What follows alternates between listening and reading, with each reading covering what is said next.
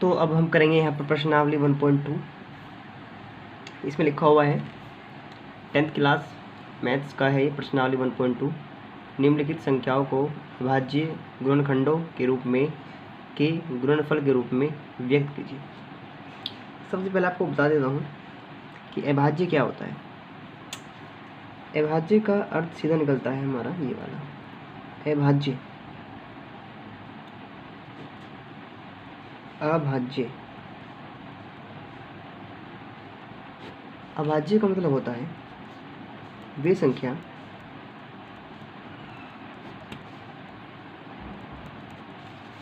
संख्या जो केवल एक से तथा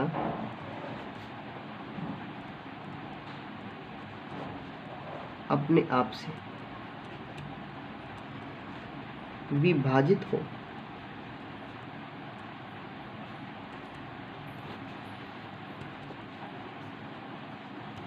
ठीक है, वे संख्या हमारी क्या कहलाती है? अभाज्य संख्या। जैसे कि आप एग्जाम्पल ले सकते हैं यहाँ, जैसे हम मान सकते हैं यहाँ पर 2 को, 2 के बाद 3 को, 3 के बाद 5 को, और 5 के बाद फिर 7 को, और 7 के बाद फिर 8 तो हमारा नहीं हो सकता, 9 भी हमारा क्या है कि वो 9 भी नहीं हो सकता। 9 तो 3 से कटता है, 9 से कटता है, 1 से कटता है, तो उसके बाद हम 11 कर सकते हैं, 11 को। ठीक है, ये सब हमारे क्या है? अभाज्य संख्या है। ठीक है, चलिए अब आगे बढ़ते हैं। 2, 3, 5, 7, 11 ये सब हमारी अभाज्य संख्या है, क्योंकि ये अपने आप से कटती है और 1 से कटती है, इसलिए ये हमारी अभाज्य संख्याएं हैं। हमने समझा कि अभाज्य संख्या क्या होती है। अब समझेंगे कि अभाज्य गुणनखंड क्या होता है।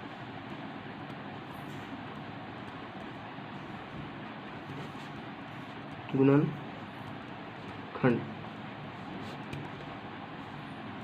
ये क्या होता है? सीधा सा मतलब होता है ये वाला,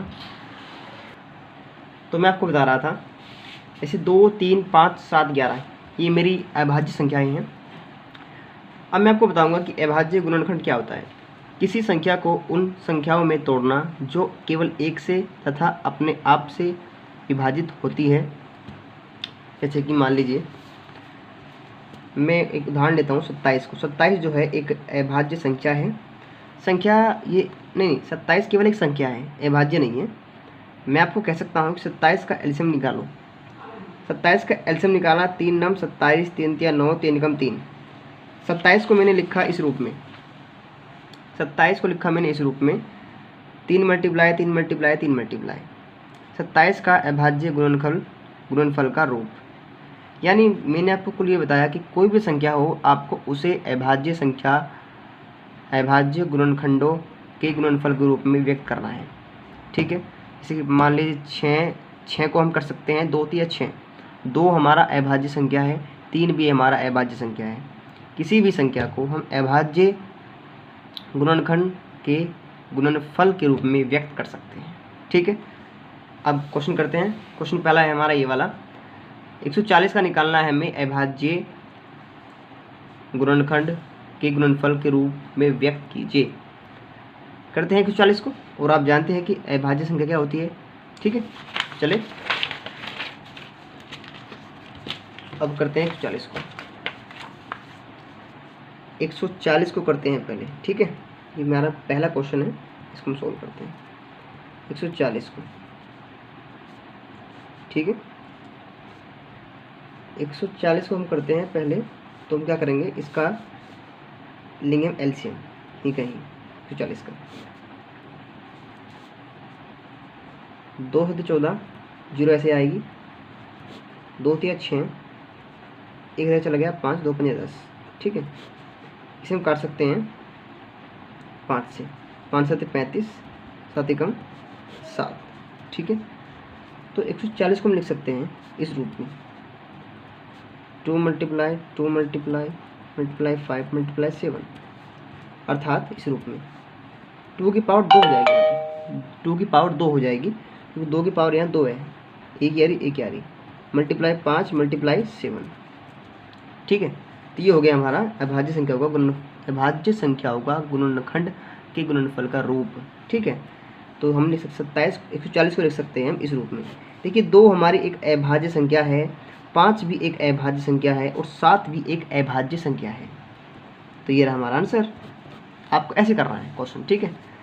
सेकंड क्वेश्चन जो आता है वो कैसे करना है। सेकंड जो क्वेश्चन हमारा है 156 है, 156 इसको सोल्व कीजिए फटाफट से। इसको हम 2 से काटते हैं पहले, ठीक है। 2 सते 14 हासिल जो 1 है वो इधर चला गया, ठीक है। तो 16 हो गया, 2 अट्ठे 16, ठीक है। फिर 2 से काटेंगे, फिर हम 2 3 6, अब इधर 1 गया वो 2 18 हो जाएगा, 2 9 18, ठीक है। 3 से काटिए, 3 एकम 3, 3 तिया 9, फिर 13 से काटिए क्योंकि ये हमारा 13 से कटेगा, 13 एकम 13। तो हम 156 को लिख सकते हैं किस रूप में। तो हमने देखा कि यहाँ पर 156 के यानी 156 के हमने जब उसको तोड़ा है, तोड़ने के बाद में 2 2 3 13 फिर रूप का ये आया है। 156 को हमने तोड़ा 2 2 3 13 में, ठीक है। आप जानते हैं कि 2 2 3 13 हमारी अभाज्य गुणनखंड है, क्योंकि ये एक से और अपने आप से करते हैं और किसी से नहीं करते, और किसी से नहीं करते इसलिए इन्हें कहते हैं हम अभाज्य गुणनखंड। आगे बढ़ते हैं। अगला क्वेश्चन हमारा क्या है। अगला क्वेश्चन हमारा है 3825, ठीक है। तो नंबर 3 क्वेश्चन है 3825। इसको सोल्व करते हैं। 3825 को तो इधर लेते हैं 3825, यहाँ से इसको सोल्व करते हैं। 5 से काटते हैं, 5 से 35 और फिर यहाँ है 5 से 35, यहाँ हमारा 3 बचा, 3 इधर गया तो वो हो गया हमारा 32, और 32 को हमने काटा है 5 से, 5 चौक 30, ठीक है। यहाँ 2 बचा, 2 इधर चला गया तो कितना हो गया 25, 5 पंजे 25, ठीक है। फिर इसको 5 से काटेंगे, ठीक है। 5 एकम 5, इधर कितना बचा 2 बचा, 2 इधर चला गया तो कितना हो गया 26, 5 पंजे 25, 26 था तो इधर 1 बच गया, 1 यहाँ चला गया 15 हो गया, तो 5 तिया 15, ठीक है। अब 3 से काटते हैं, 3 पंजे 15 और 3 एकम 3, ठीक है। फिर हम 3 से काटते हैं, 3 एकम 3, यहाँ 2 बचे, 2 इधर चला गया 21 हो गया, 3 से 21, फिर काटते हैं 17 से, 17 एकम 17। इसका मतलब क्या है कि हम इसको 3825 को हम इस रूप में लिख सकते हैं। 3825 को हम लिख सकते हैं किस रूप में, 5 मल्टीप्लाई 5 मल्टीप्लाई 3 मल्टीप्लाई 3 मल्टीप्लाई 17, ठीक है। मतलब 5 की पावर 1 आ रही, 1 आ रही, और 1 पावर 3 की, 1 पावर 3 की, तो 5 की पावर 2 हो गई, मल्टीप्लाई 3 की पावर 2 हो गई, चलिए, और 17 एक ही है तो मैं इसे ऐसे लिख देंगे, और ये हमारा आंसर है, ठीक है जी। तो यानी 3825 को हम लिख सकते हैं किस रूप में, इस रूप में या फिर इस रूप में, आपकी इच्छा है। और आपको देखकर आश्चर्य हो रहा होगा कि 5 और 3 और 17 जितने भी नंबर आ रहे हैं सारे के सारे अभाज्य हैं, और प्रश्न में यही कहा गया था कि आपको निम्नलिखित संख्याओं को, यानी इन सभी संख्याओं को अभाज्य गुणनखंड के गुणनफल के रूप में व्यक्त कीजिए, और हम वही कर रहे हैं। जैसे हमने देखो 27 को इस रूप में किया, ठीक है, ये हमारा अभाज्य संख्या है, ठीक है। उसके बाद में फिर हमने 140 को यानी 140 को किया किस रूप में, इस रूप में 257 में, क्योंकि हमारा अभाज्य संख्याएं हैं, ठीक है। फिर 156 को किया, 156 को किस रूप में, 2 2 3 13 में किया, ओके। फिर हमने 3825 को किया, जब 3825 को किया हमने अभाज्य गुणनखंडों के रूप में व्यक्त, देखिए कैसे किया है, ठीक है, ऐसे करना है। अब आगे बढ़ते हैं। क्वेश्चन नंबर अब आता है हमारा ये वाला, 5005 को अब करना है सोल्व अभाज्य गुणनखंडों के रूप में व्यक्त। तो ये सोल्व करते हैं इसको यहाँ पे। तो ये हमारा क्वेश्चन नंबर 4 है, ठीक है, 3 हो चुके हैं, 4 है। 5005, ठीक है, सोल्व करते हैं इसको। तो इसे हम लिख सकते हैं किस रूप में, देखिए 5005 को हम सोल्व करेंगे ऐसे, यहाँ हम इसको तोड़ेंगे, पहले इसको हम क्या करेंगे, तोड़ेंगे, ठीक है। और तोड़ने का सबसे अच्छा इलाज है कि आप इसको सबसे छोटी से छोटी संख्या से ही तोड़ें शुरुआत में, ठीक है। जैसे कि मैं तोड़ूंगा फिलहाल 5 से, 5 एकम 5, 0 ऐसे कैसे आएंगे, 5 एकम 5। फिर आप तोड़ेंगे 7 से, ठीक, किससे, 7 से। 17 चौका, देखिए 17 चौका क्या आएगा, आप यहाँ 7 एकम 7 कर लीजिए, 7 एकम 7। अब यहाँ 3 बचे, ठीक है। अब 3 गए इधर, 30 हो गया, तो 7 चौक 28, 28। अब यहाँ 2 बचे, अब 2 चला गया इधर, 1 के पास में 21 हो गया, 7 के 21, ठीक है। ऐसे काटना है। अब 11 से काटेंगे इसको हम, 11 एकम 11। अब कितने बचे यहाँ, 3, 3 चला गया इधर, कितने हो गए, 33, और 11 तिया 33, और यहाँ 13 एकम 13। तो इसको हम लिख सकते हैं, इस नंबर को हम लिख सकते हैं इन के रूप में, अर्थात 5005 को हम लिख सकते हैं किस रूप में, 5 × 7 और 7 × 11, 11 × 13, ठीक है। इस रूप में लिख सकते हैं, ठीक है। सॉल्व हो गया, आगे बढ़ते हैं। क्वेश्चन नंबर है हमारा 5 क्वेश्चन है हमारा 7429, ठीक है। इसे सोल्व करना है। 7429 को सोल्व करेंगे इस तरह, पहले इसको हम तोड़ेंगे, ठीक है। तोड़ना कैसे है, देखिए मैंने पहले सोल्व क्वेश्चन कर लिए हैं सारे के सारे, तो मुझे पता है कि कहीं से हमें तोड़ना है। तो 17 से हम इसको काटेंगे, 17 चौका 68, ठीक है, 17 चौका 68। अब 60 और 8 68 होता है, और यह हमारे 6 फालतू हैं, 6 इधर चले गए, ठीक है, 6 इधर चले गए, 17 तिया 51। अब 6 इधर चले गए तो कितना हो गया, 62। अब काटेंगे 17 चौका 68 से 4 से, तो अधिक हो जाएगा 6। हमने काटा 17 तिया 51, ठीक है। 51 और 9 होता है 60, तो यहाँ 11 दिखे, और 11 चला गया इधर, 119। 17 सत्य होता है 119, ठीक है। अब काटेंगे इसको 19 से, 19 से काटने पर मिलेगा हमें 23। अब 23 को काटेंगे हम 23 से, 23 एकम 23। तो हम क्या कर सकते हैं, 7429 को लिख सकते हैं 17 × 19 × 23। और आप सभी इनसे वाकिफ़ है, 17 एक ऐसी संख्या है जो अपने आप से कटती है, फिर 1 से कटती है। 19 भी अपने आप से कटता है, फिर 1 से कटता है। 23 भी अपने आप से कटता है और 1 से कटता है, और हमारा ये सही आंसर है। Thank you. आगे बढ़ते हैं। दूसरा पॉइंट हमारा है ये वाला। दूसरा पॉइंट ये कहता है निम्नलिखित पूर्णांकों के युग्मों के HCF।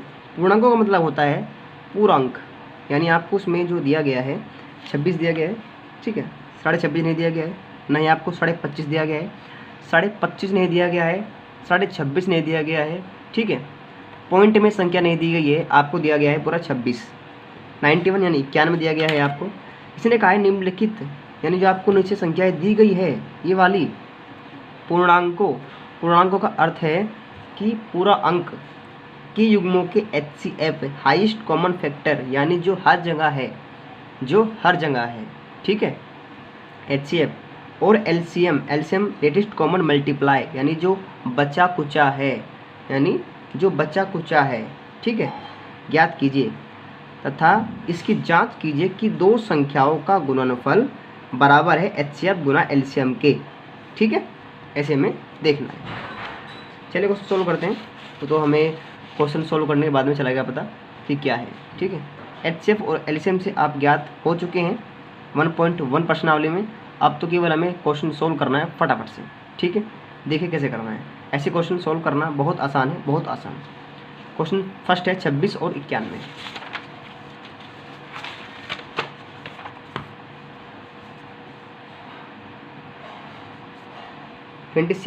तथा 91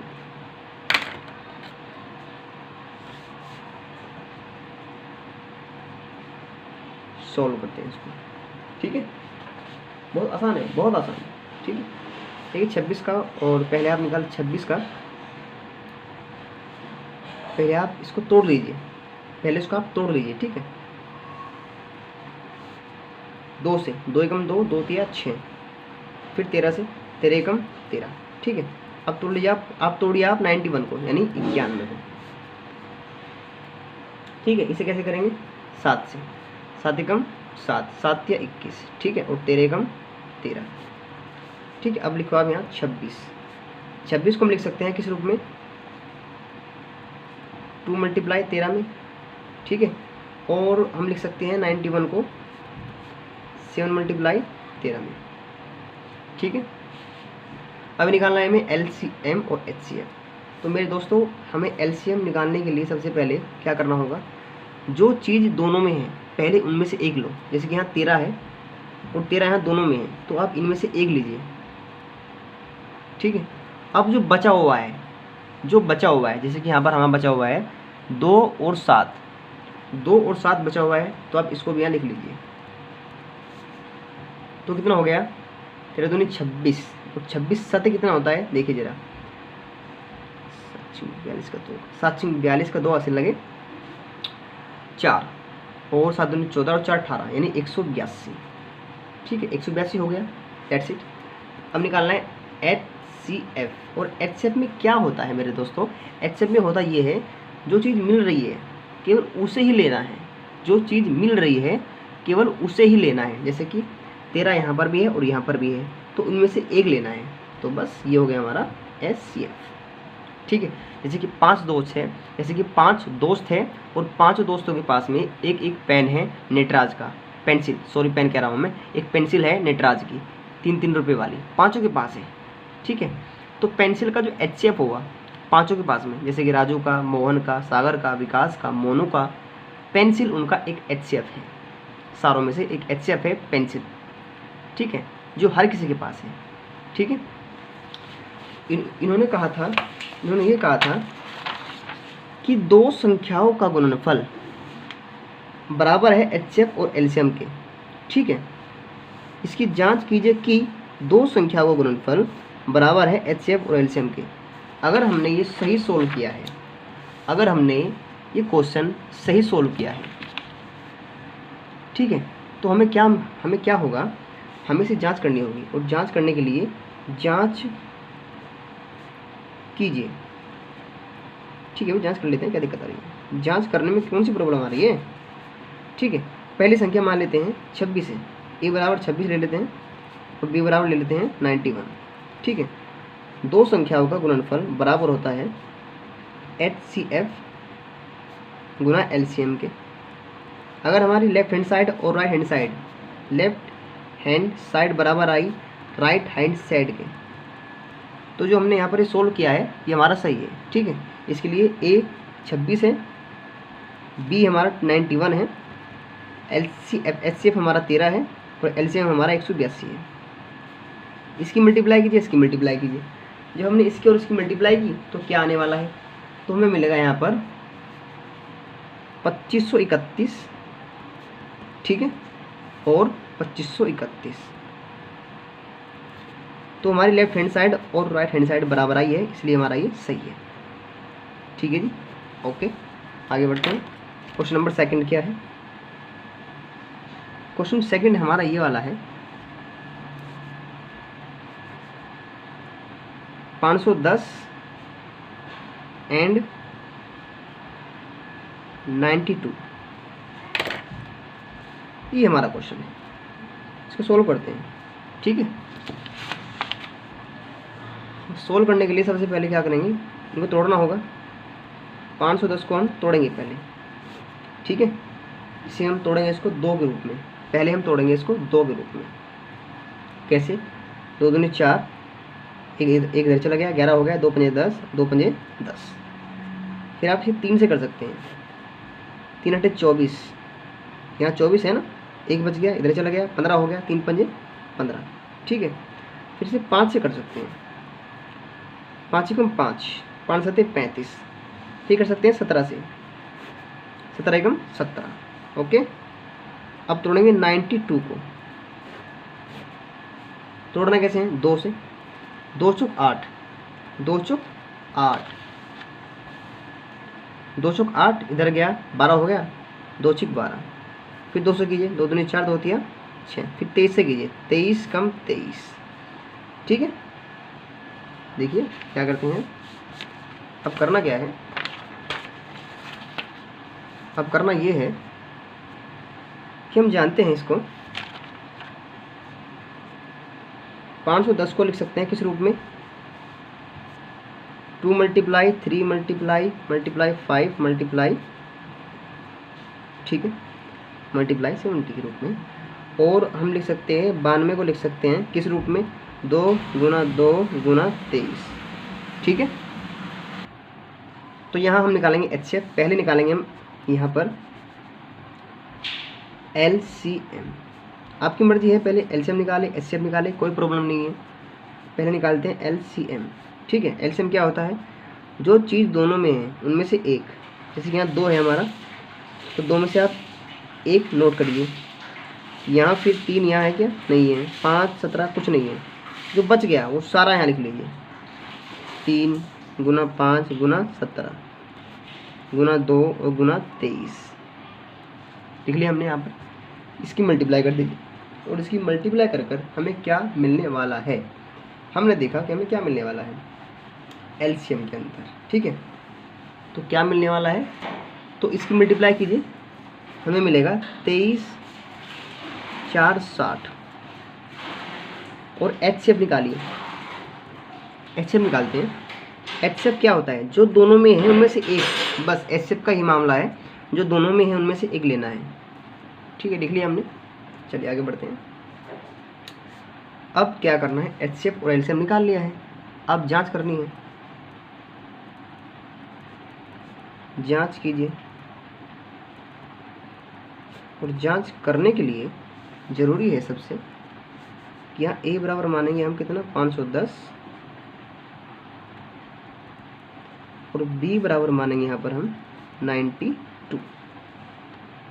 अब यहाँ पर हम लिखेंगे A गुना B बराबर HCF बराबर LCM, और इसके अंदर मान रखेंगे। A का मान 510 है, B का मान 92 है, HCF जो हमारा 2 है, और LCM जो हमारा है वो हमारा 23,460 है। इसकी मल्टीप्लाई कीजिए, इसकी मल्टीप्लाई कीजिए, जो बराबर आया, यदि बराबर ये भी संख्या बराबर आई, ये भी संख्या बराबर आई, तो मतलब हमने जो HCF और LCM निकाला है वो एकदम सही है, ठीक है। तो हमारा उत्तर आएगा, इसको गुना करने के बाद में 46,920, 46,920। तो इसकी लेफ्ट हैंड साइड और राइट हैंड साइड दोनों ही बराबर आ रही है, तो हमारा ये आंसर एकदम सही है। ओके, अब क्वेश्चन नंबर 3 पे बढ़ते हैं आगे। थर्ड क्वेश्चन क्या है, थर्ड जो क्वेश्चन है वो क्या है, थर्ड क्वेश्चन हमारा ये वाला है, 336 और चम्मन सोल्व करना है। इसको सोल्व कीजिए। 336 को पहले तोड़ेंगे, ठीक है। इसको आप तोड़ लीजिए 3 से, 3 से मुझे बेटर रहेगा। अगर इसे हम 3 से तोड़ेंगे तो अच्छा रहेगा, या 2 से कर लीजिए, मर्जी है आपकी। पहले 2 से करूँगा, ठीक है। 2 एकम 2, ठीक है। 2 एकम 2, कितना बचा, अब 1 बच गया, यहाँ 1 इधर चला गया, 13 हो गया। 2 चौक 12, 2 अट्ठे 16, फिर 2 से 2 अट्ठे 16, 2 चौक 8, फिर 2 से 2 चौक 8, 2 दूनी 4, फिर इसको 2 से कीजिए, 2 दूनी 4, 2 एकम 2, फिर आप इसको 3 से कीजिए, 3 7 21 और 7 एकम 7, ठीक है। टूट गया ये वाला। चम्मन को तोड़िए फटाफट से, ये हमारा चम्मन है, मैं ये थोड़ा सा मिस्टेक कर देता हूँ, चम्मन है, ठीक है। चम्मन को है तोड़ने, 2 से कर दिए, 2 दूनी 4, 4 एक इधर चला गया, कितना हो गया 14, 2 7 14, 3 से कीजिए, 3 9 27, फिर 3 से 3 9, फिर 3 से 3 कम 3, ठीक है।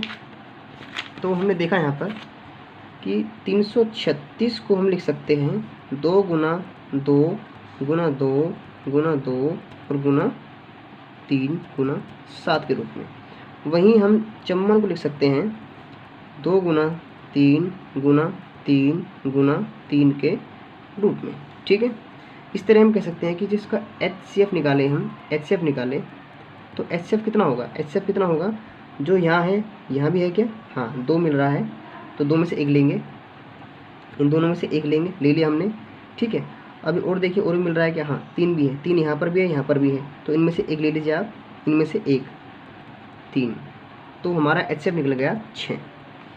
हम निकालते हैं LCM, और LCM निकालने के लिए आप करना क्या होगा, जो मिल रहा है उनमें से एक एक लेना है। जैसे कि 2 यहाँ पर भी है, यहाँ पर भी है, ऊपर भी नीचे भी, ऊपर भी नीचे भी, तो इनमें से लेना है एक एक, 2 गुना 3। अब जो बच गया है वो सब लिख लेना है, 2 गुना 2 गुना 2 गुना 7, जैसे कि 2 गुना 2 गुना 2 और गुना 7, ठीक है।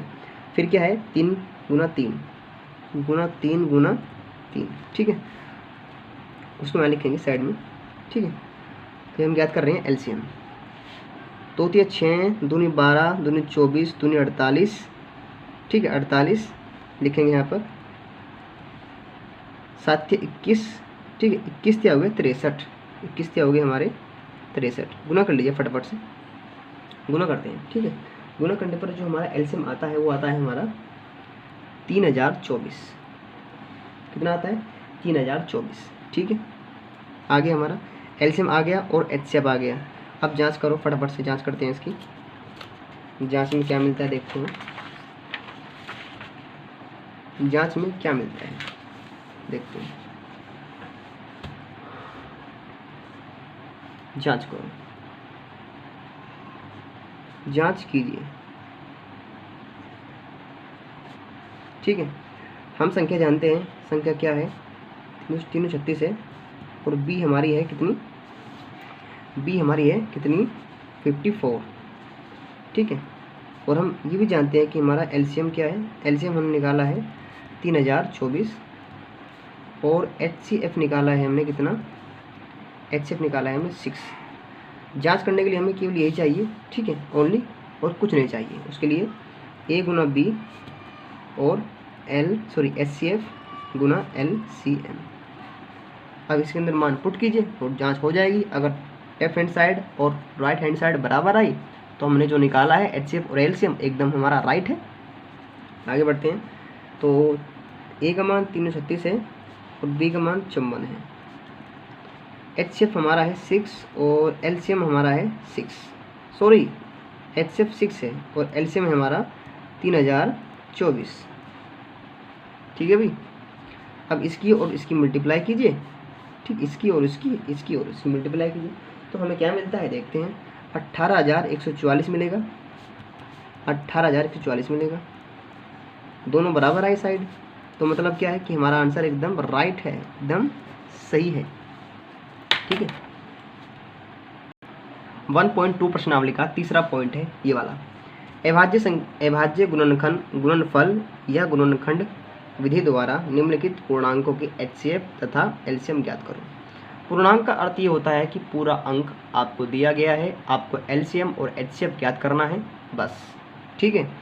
और कैसे करना है, इन्होंने कहा है कि अभाज्य, देखिए जहाँ पर अभाज्य आ जाए एकदम समझ जाए कि वहाँ पर 2 3 5 7 11 19 23, ठीक है, ऐसी संख्याओं का जिक्र आ गया है, ठीक है। तो यहाँ पर हम अभाज्य गुणनखंड या फिर गुणनफल विधि द्वारा निम्नलिखित पूर्णांकों के HCF तथा LCM ज्ञात करेंगे, ठीक है। चलिए क्वेश्चन सॉल्व करते हैं। पहला क्वेश्चन कहता है कि मेरे पास 2 और 15 और 21 है, ठीक है। अब सोल्व कीजिए मुझ पर, तो मैंने सोल्व करने का ठान ही है भाई। अब 2 है, 2 को हम लिखें किस रूप में, 2 एकम 2, ठीक है। और 15 को लिखें किस रूप में, 3 पंजे 15, ठीक है। और 21 को लिखें किस रूप में, 3 सते 21। ये तो बहुत आसान है, इसको आप डायरेक्ट लिख सकते हैं, कोई प्रॉब्लम नहीं है, ठीक है। अभी करना क्या है, पहले ज्ञात करेंगे LCM। LCM का मतलब होता है जो हर जगह मौजूद है। यहाँ पर आप 1 कर लीजिए, यहाँ पर भी आप 1 कर लीजिए, ठीक है, कोई दिक्कत नहीं है। देखिए क्या होता है, LCM निकालने का हमने एक तरीका ठाना था, जो चीज़ तीनों में है उनमें से एक ले लीजिए। जैसे कि यहाँ पर मेरा दिया गया है 1, जो बचा है अदर सारा, अब यहाँ 2 है, इनमें से आप 1 लिख लीजिए, इनमें से 1 लिख लिया हमने 3। ठीक है। अब जो बचा है जैसे कि यहाँ पर 2 5 7 वो लिख लीजिए सारा A to Z। तो ध्यान रखिएगा, भले ही संख्या 3 दी गई है, लेकिन यदि कोई संख्या 2 अंकों में मिल रही है, जैसे कि यहाँ 15 अंक अलग है, 21 अंक अलग है, ये 2 अंक ऐसे हैं जिनके अंदर 3 3 हैं और वे दोनों में हैं, तो आप उनमें से एक लिख सकते हैं, जैसे कि मैंने लिख ली है। अब बचा है मेरा 2 5 और 7, उसे लिखेंगे यहाँ पर 2 5 और 7। ठीक है, याद करते हैं HCF। HCF क्या होता है? जो चीज़ हर जगह है केवल उसी को ही लेना है, जो चीज़ हर जगह है केवल उसी को ही लेना है। ठीक है, लेकिन आपको मैं बता दूं, जहाँ 3 अंक दिए हो, अगर 2 अंकों में कोई एक संख्या कॉमन है, जैसे कि 3 यहाँ इसमें भी है और 3 इसमें भी है, तो आप उनमें से एक लिख सकते हैं, जैसे कि यहाँ पर मैं लिख सकता हूँ 3। ठीक है, तो अब कर लेते हैं। यहाँ 3 आएगा सेम कट सेम, 3 दूनी 6, 6 पंजे 30। ठीक है, 30 सते 420। ठीक है, एलसीएम और एचसीएफ निकल चुका है। ठीक है, इसमें जांच कुछ नहीं करनी, केवल आपको एचसीएफ और एलसीएम निकालना है और आपका क्वेश्चन दी एंड है। ओके, चलिए आगे बढ़ते हैं। जैसे कि यहाँ पर क्वेश्चन सेकंड क्वेश्चन दिया गया है, ये वाला सेकंड क्वेश्चन हमारा है वाला। ठीक है, इसमें दिया गया है सेकंड क्वेश्चन दिया गया है ये वाला, इसमें दिया गया है 17 23 और एंड ले सकते हैं 29। सोल्व कीजिए फटाफट से। 17 को हम लिख सकते हैं इस रूप में, 17 एकम 17। 23 को लिख सकते हैं हम 23 एकम 23, 23 एकम 23। 29 को लिख सकते हैं 29 गुना 1। बस इनका तो ये हो सकता है और कुछ आगे नहीं हो सकता मेरे हिसाब से। तो एलसीएम ज्ञात कीजिए फटाफट से। एलसीएम तो वो होता है जो तीनों में होता है और जो बच गया वो भी होता है। जैसे तीनों में क्या है 1 1 है, तो इनमें से एक लिख लीजिए। अब जो बच गया वो भी यहाँ नोट कर लीजिए, 17 मल्टीप्लाई 23 मल्टीप्लाई 29। ठीक है, इनकी सब की गुना कर लीजिए, इन सब की गुना कर लीजिए। ठीक है, तो क्या आएगा आपका? सब की गुना करने पर आपको मिलेगा 13,209, 13,209। ठीक है, HCF महाशय, HCF केवल आपको यहाँ एक ही देखने को मिलेगा, क्योंकि HCF में केवल एक अंक ऐसा है, यानी 1 1 1, जो एक है वो तीनों में है, तो आप यहाँ एक लिख सकते हैं और आपका क्वेश्चन खत्म, दी एंड। अगला क्वेश्चन आता है नंबर 3, ये वाला 8 9 25। अब भाई नंबर 3 क्वेश्चन तो बड़ा गजब है, इसमें 8 दिया गया है और 9 दिया गया है एंड 25 भी दिया गया है, तीनों महारथी है अपने हिसाब से। तो ठीक है, सोल्व करते हैं क्वेश्चन को। 8 को लिख सकते हैं 2 गुना 2 गुना 2। क्या मैं सही हूँ? Am right? Am right? Right. 9 को लिख सकते हैं 3 3 9। राइट? Am right? 25 को लिख सकते हैं केवल इस रूप में, ओनली इस रूप में। राइट? Am right? चलिए आगे बढ़ते हैं, फटाफट से निकालते हैं इसका हम LCM। इसका LCM निकालने के लिए जो चीज़ तीनों में है उसे उठा लीजिए। ठीक है, जो चीज़ तीनों में है उसे उठा लीजिए। जैसे कि मैं मानता हूँ यहाँ 1 कर सकता हूँ, 1 कर सकता हूँ, 1 कर सकता हूँ। 1 लिखने से कोई फर्क नहीं पड़ने वाला। ठीक है, फिर भी मैं 1 लिख रहा हूँ, तो यहाँ 1 लिख लिया मैंने यहाँ पर कि LCM में तो आ गया, तीनों में से 1 ले लिया मैंने। अब जो अदर बच गया है, अदर जो बचा हुआ है सब नोट कर लीजिए यहाँ। कहाँ? यहाँ नोट कर लीजिए सारा। जैसे कि 2 गुना 2 गुना 2 लिख लीजिए, 2 सॉरी यहाँ 2 में 2 आएगा, गुना 2 गुना 2, 3 गुना 3 गुना 5 गुना 5। इसकी मल्टीप्लाई कर लीजिए, इसकी मल्टीप्लाई कर लीजिए तो आपको मिल जाएगा 1200। ठीक है, अब निकालना है HCF। अब HCF तो वो होता है जो हर जगह होता है, पर यहाँ तो केवल हर जगह एक ही है, तो यहाँ एक HCF हो जाएगा। आपका आंसर आ गया, सोल्व, बात खत्म, दी एंड। ठीक है जी, आगे बढ़ते हैं। क्वेश्चन नंबर 4 हमारा है HCF। इन दोनों संख्याओं का HCF है हमारा 9। ठीक है, 9 दिया गया है एलसीएम ज्ञात कीजिए इन दोनों संख्या में क्या होगा। ठीक है, और इसके लिए मैं आपको एक फॉर्मूला दिखाता हूँ जो बड़ा बेस्ट है, अच्छा है और आपको अच्छा लगेगा। देखिए कैसा फॉर्मूला है। यहाँ पर हमें ए बराबर दिया गया है 306 और बी बराबर दिया गया है 657 और HCF दिया गया है इन दोनों संख्याओं में कितना 9। बस हमें एलसीएम नहीं पता है, हमें एलसीएम निकालना है। ठीक है, इन दोनों संख्याओं में। और भाई साहब मैंने आपको एक फॉर्मूला बताया था HCF गुना LCM वाला, कुछ याद आया? ठीक है, तो A बराबर 306 लिखेंगे यहाँ पर और B बराबर लिखेंगे 657। HCF 9 है और जी LCM हमें नहीं पता, तो हम इसको LCM ही लिख देंगे। ठीक है, सेम। LCM निकालने के लिए सबसे ज़रूरी है कि पहले आप LCM को अकेला छोड़ दीजिए। LCM को हमने अकेला छोड़ दिया, अब बचा क्या हमारा ये बचा। तो आप इसको 306 गुना 657, ठीक है, इसको आप इसके बटे में ले आइए दोनों के 9। ठीक है, फिर आप इसको डिवाइड कर दीजिए। क्या करेंगे? डिवाइड करेंगे। ठीक है, तो मैं 9 से इसको डिवाइड कर देता हूँ, 306 को 9 से मैं इसको डिवाइड कर देता हूँ। जैसे कि 9 × 27,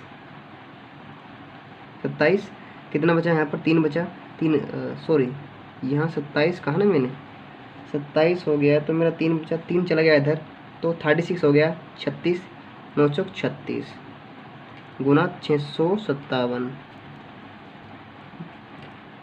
ठीक, गुना कर कर क्या आएगा? इन दोनों को गुना कर दीजिए तो 2 2 3 3 8। ठीक है जी, तो हमारा एलसीएम कितना आ गया? 22,338। ठीक है, और एचसीएफ क्या है हमारा यहाँ पर? HCF 9 है। ठीक है, तो हमारा एलसीएम आ गया कितना? 22,338। आप इसको डिवाइड कर लीजिए या फिर इसको कर लीजिए। अगर डिवाइड कोई संख्या होती है, ये वाली होती है तो ये कर लीजिए, अगर ये होती है तो ये कर लीजिए। मैंने आमतौर पर इसे किया है। 34 आ गया, 34 में जो बचा हुआ है 657 मल्टीप्लाई कर दी तो कितना आया? 22,000 यानी 22,338 सोल्व। ठीक है, आगे बढ़ते हैं। क्वेश्चन नंबर 5 है, इसमें बताया गया है जांच कीजिए कि क्या किसी प्राकृत संख्या n के लिए संख्या 6 अंक 0 पर समाप्त हो सकती है। एक बड़ा महत्वपूर्ण प्रश्न है, इसको पढ़ते वक्त मज़ा आता है। जांच कीजिए कि क्या किसी प्राकृत संख्या n के लिए संख्या 6 अंक 0 पर समाप्त हो सकती है। महाशय पहले समझना जरूरी है कि क्या कहा जा रहा है, तभी क्वेश्चन समझ में आएगा। देखते हैं, पहले 6 को अंक जो है 6 अंक 0 पर समाप्त हो सकती है।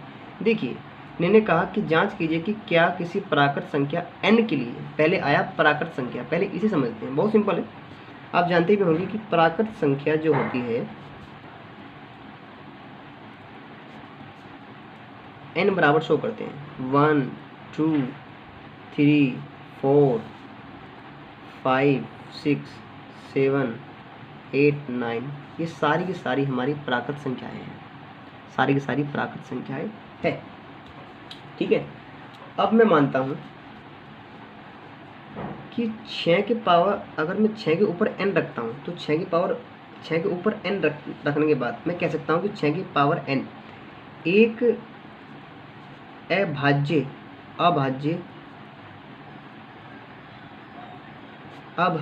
गुणनखंड है। क्या ये मेरी बात सच है? क्या ये मेरी बात एकदम सच है?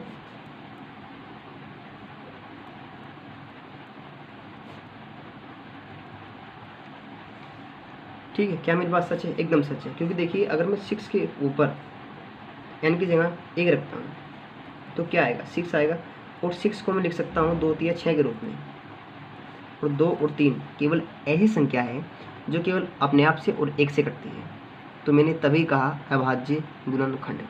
ठीक है, और देखिए यदि मैं और 2 रखूँ तो क्या होगा? 6 की पावर 6, तो क्या होगा? 2 गुना 2 गुना 3 और गुना 3। अब भी 2 और 3 के रूप में आया, यानी अभाज्य संख्या के रूप में ही आया। ठीक है, इस कदर हम इसको पहचान सकते हैं। तो अब इसने कहा था कि 6 जो है, 6 अंक, 6 जो अंक है वो 0 पर समाप्त हो सकती है। देखिए 0 पर समाप्त नहीं हो सकती, शून्य पे समाप्त होने वाली संख्या का अभाज्य गुणनखंड। ठीक है, शून्य पर समाप्त होने वाली संख्या का अभाज्य जो गुणनखंड है वो कैसा होना चाहिए, पहले ये जानने का प्रयास करते हैं। शून्य पर समाप्त होने वाली संख्या का, ये 6 है, ये शून्य पर समाप्त नहीं हो सकती। ठीक है, देखिए जो 6 की पावर n शून्य पर समाप्त नहीं हो सकती है, नहीं हो सकती है।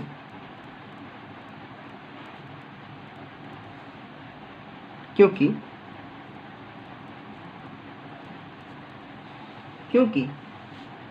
शून्य पे समाप्त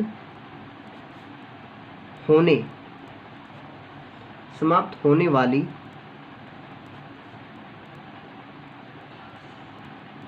संख्या, शून्य पे समाप्त होने वाली संख्या का अभाज्य गुणनखंड जो होगा वो हमारा 2 की पावर 2 गुना 5 की पावर n के रूप का होगा। बात समझ आई? नहीं आई तो ठीक है, मैं समझाता हूँ। देखिए यदि आप 2 गुना 5 की पावर n, आप क्या करते हैं, ठीक है, शून्य पे समाप्त होने वाला अभाज्य गुणनखंड।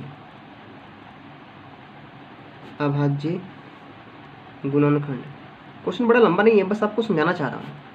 गुणनखंड ये है, यदि मैं 2 की गुना पावर के ऊपर n, ठीक है, मैं यहाँ पर इसके स्थान पर रखता हूँ 1। क्या रखता हूँ? 1 रखता हूँ। 2 गुना 5 की पावर के ऊपर 1 रखता हूँ, तो क्या आएगा? 2 पंजे 10। ठीक है, 10 के ऊपर है कितना? 1, तो हम लिखेंगे 10। ठीक है, तो लिखेंगे तो हम इसे क्या लिख सकते हैं? इसे हम क्या लिख सकते हैं? 2 गुना 5 के रूप में लिख सकते हैं। फिर इसको क्या लिख सकते हैं? 10 लिख सकते हैं। देखिए ये 0 पर समाप्त हो रहा है, ये अंक 0 पर समाप्त हो रहा है। ठीक है, यानी जो इसके अंदर है 2 गुना 5 एक गुणनखंड है 10 का, ये 0 पर समाप्त हो रहा है। लेकिन 6 के जो ऊपर 1 रखा हुआ है 6, अगर हम 6 के हम करते हैं गुणनखंड, तो ये क्या हो रहा है? 2 3 6, शून्य पर समाप्त नहीं हो रहा है।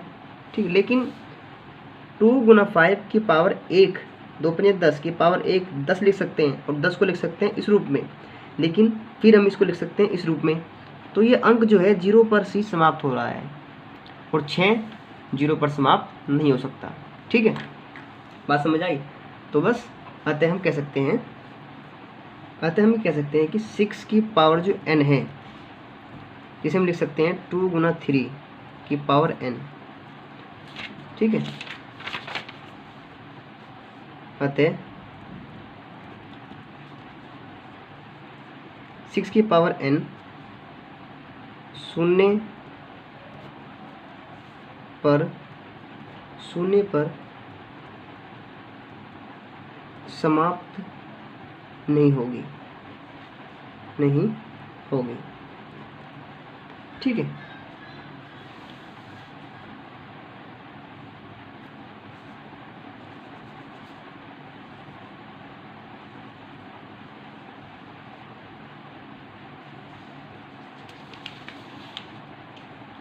और ये हमारा आंसर है इसका।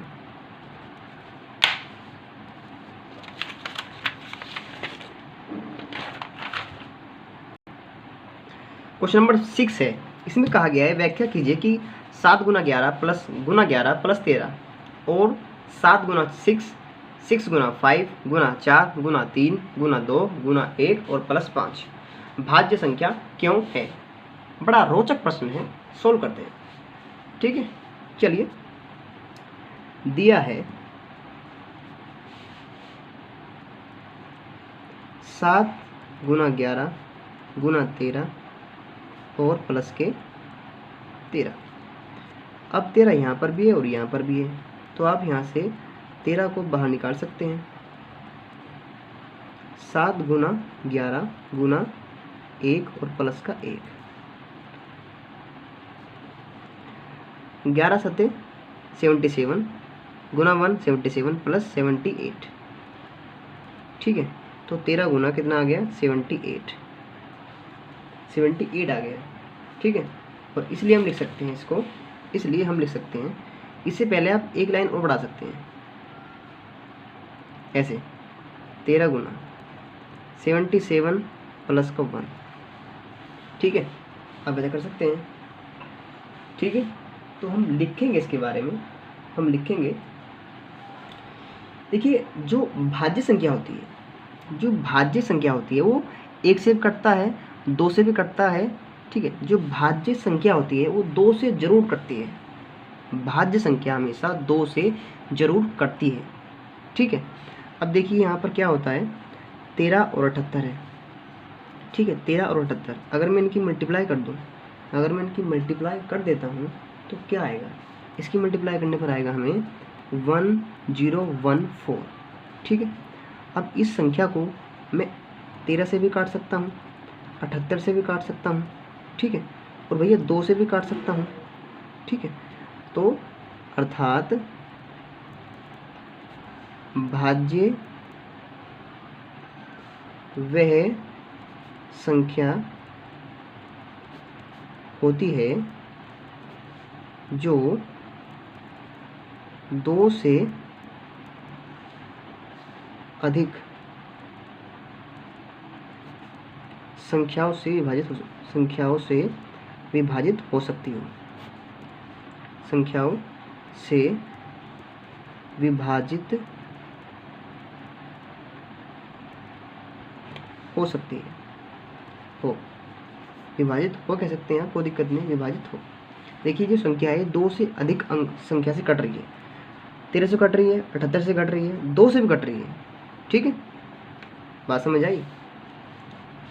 इसमें एक और दिया गया है, ये वाला, इसको लिखते हैं यहाँ पर 7 गुना 6 गुना 5 गुना 4 गुना 3 गुना 2 गुना 1 और प्लस के 5। अभी 5 यहाँ पर भी है और यहाँ पर भी है, तो आप 5 बाहर कॉमन ले लीजिए। बाहर कॉमन लेने पर क्या होगा? 7 गुना 6 गुना 1 गुना 4 गुना 3 गुना 2 और गुना 1 और प्लस का भी 1 आएगा। ठीक है, 7 छिंग 42, 42 कम 42, 42 चौका। ठीक है, अगर आपको सोल्व करना है आसान तरीके से, 7 छिंग 42, 42 कम 42, तो 42 लिख लीजिए यहाँ पर।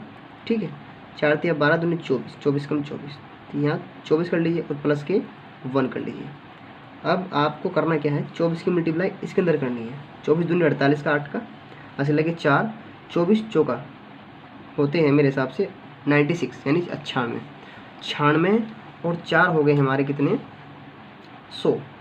तो यहाँ लिखेंगे हम 100 प्लस का 1, प्लस का 1। ठीक है, जोड़ दीजिए तो क्या हो जाएगा? 1009। और इसकी मल्टीप्लाई कर दीजिए दोनों के अंदर। ठीक है, क्या आएगा? इसकी और इसकी मल्टीप्लाई करने पर हमें क्या मिलने वाला है? इसकी और इसकी मल्टीप्लाई करने पर हमें मिलने वाला है 1045। और आप जानते हैं 1045 को मैं 3 संख्याओं से काट सकता हूँ। 5 से भी काट सकता हूँ, 1009 से भी काट सकता हूँ, 1009 से भी काट सकता हूँ। ठीक है, और जी मैं इसको काट सकता हूँ किससे? देखिए, मैं से 5 से भी काट सकता हूँ, 1009 से भी काट सकता हूँ और 25 से भी काट सकता हूँ। अर्थात ये जो संख्या है 2 से अधिक संख्याओं से कट रही है, इसका मतलब ये भाज्य संख्या है। ठीक है, आपको मैंने बताया है कि भाज्य वह संख्या, भाज्य संख्या वह संख्या होती है जो 2 से अधिक संख्याओं से विभाजित हो। अब देखिए ये 5 से भी कट रहा है, 1009 से भी कट रहा है और 25 से भी कट रहा है। इसका मतलब क्या है कि यह भाज्य संख्या है, अर्थात यह भाज्य संख्या है। ठीक है जी, ये हमारा आंसर है। हमने 6 क्वेश्चन सोल्व कर लिए हैं। अब नंबर 7वां क्वेश्चन है, और 7वां क्वेश्चन मैं लिख नहीं सकता, फिलहाल टाइम कम है, इसलिए मैं आपको 7वां क्वेश्चन यहाँ पर पढ़कर बताऊंगा और फिर से हम सोल्व करेंगे। इसने कहा किसी खेल के मैदान के चारों ओर एक वृत्ताकार पथ है। इस मैदान का एक चक्कर लगाने में सोनिया को 18 मिनट लगते हैं। यानी कोई मैदान है और उसका एक चक्कर लगाने में सोनिया को 18 मिनट लगते हैं, जबकि इसी मैदान का चक्कर लगाने में रवि को 12 मिनट लगते हैं। मान लीजिए वे दोनों एक स्थान से एक ही समय पर चलना प्रारंभ करके एक ही दिशा में चलते हैं। ठीक है, चलते हैं। कितने समय बाद वे पुनः प्रारंभिक स्थान पर मिलेंगे? कितने समय बाद वे पुनः प्रारंभिक स्थान पर मिलेंगे? देखिए इसी में कहा गया है इस क्वेश्चन के अंदर कि देखिए यहाँ पर क्या गया है, इस क्वेश्चन में कहा गया है कि एक वृत्ताकार पथ है, एक वृत्ताकार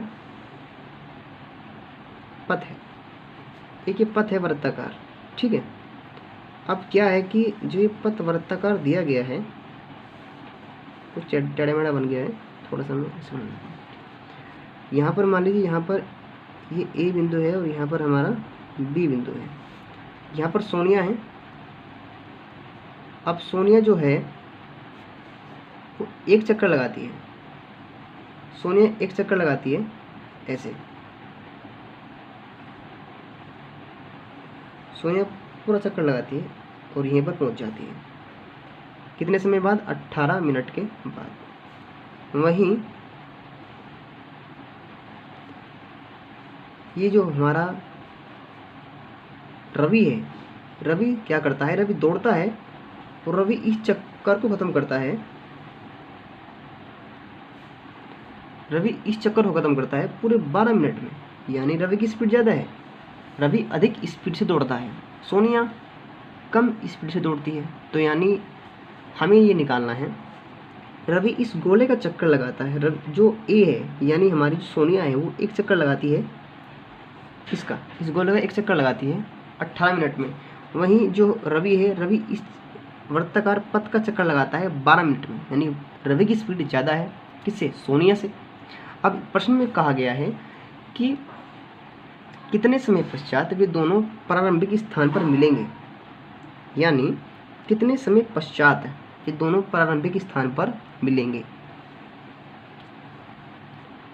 अब इन्होंने पूछा है कि सोनिया तथा रवि कितने समय बाद, कितने समय बाद, ठीक है, कितने समय बाद प्रारंभिक स्थान पर मिलेंगे। ठीक है, वे मिलेंगे। ये क्वेश्चन है, सॉल्व कीजिए फटाफट से, सॉल्व करते हैं। ठीक है, देखिए सोनिया तो 18 मिनट में चक्कर लगाती है उस वृत्ताकार पथ का, वहीं जो रवि है वो लगाता है 12 मिनट में। तो इस पुस्तक में जो प्रश्न है उसने पूछा है कि वो कौन सा समय है, वो कौन सा समय है, यानी कितने समय बाद हम दोनों एक जगह आ जाएंगे, एक जगह मिल जाएंगे, एक जगह पर आ जाएंगे दोनों। ठीक है, चलिए तो हमें निकालना होगा इसका सबसे महत्वपूर्ण जो चीज़ है निकालने की, हम निकालेंगे इसका LCM। अब LCM क्यों निकालेंगे पहले आपको बता देता हूँ। देखिए LCM इसलिए निकालेंगे क्योंकि इसने समय पूछा है हमसे, समय पूछा है कि वो कौन सा समय है। ठीक है, और ये केवल LCM से ही संभव है। संभव क्यों है इसका जवाब मैं आपको दूंगा, पहले क्वेश्चन सोल्व करते हैं। एलसीएम ही निकालेंगे तभी जाकर वो टाइम निकलेगा जहाँ ये एक जगह आकर मिलेंगे, जिस समय ये एक जगह आकर मिलेंगे। तो हमें 18 का और जी 12 का निकालना है एलसीएम।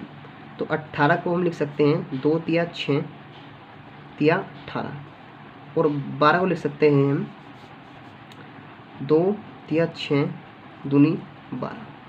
ठीक है, अभी करना क्या है, हमें निकालना है एलसीएम, और इसका 18 का और 12 का एलसीएम क्या हो जाएगा। देखिए यहाँ पर 2 है, सेम है, मिल रहा है, यहाँ पर 3 है, मिल रहा है, और क्या बचा, 3 और 2 बच गया। इनको आप दोनों को लिख लीजिए यहाँ पर 3 × 2। ठीक है, तो क्या मिल जाएगा, 2 तिया 6 6 तिया 18 18 दूनी 36। ठीक है, तो हम कहेंगे इस प्रश्न के अंदर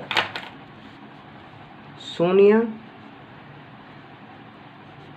तथा रवि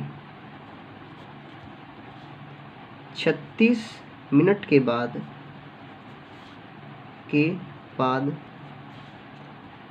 प्रारंभिक स्थान पर मिलेंगे, और यही हमारा इसका आंसर है। ठीक है भाई, तो मैंने आपको ये पूरी प्रश्नावली करा दी है 1.2। अगर आपको प्रश्नावली अच्छी लगी है तो मैं कहता हूँ कि अगर आपको प्रश्नावली अच्छी लगी है तो आप इस वीडियो को शेयर कर सकते हैं किसी भी ऐसे व्यक्ति के साथ में, फ्रेंड के साथ में, जिसकी इसे सख्त आवश्यकता है। और मेरा ये मानना है यदि आप ऐसी वीडियो और देखना चाहते हैं तो इस चैनल को सब्सक्राइब कीजिए, बेल आइकन जरूर दबा दीजिए, क्योंकि आपको आने वाली जो वीडियो है आपको सबसे पहले नोटिफिकेशन मिल जाएगा। ठीक है जी, और लाइक भी कीजिए और शेयर कीजिए, और मुझे बताइए कि आपको वीडियो कैसी लगी, कमेंट में ज़रूर लिखिए। Thank you so much.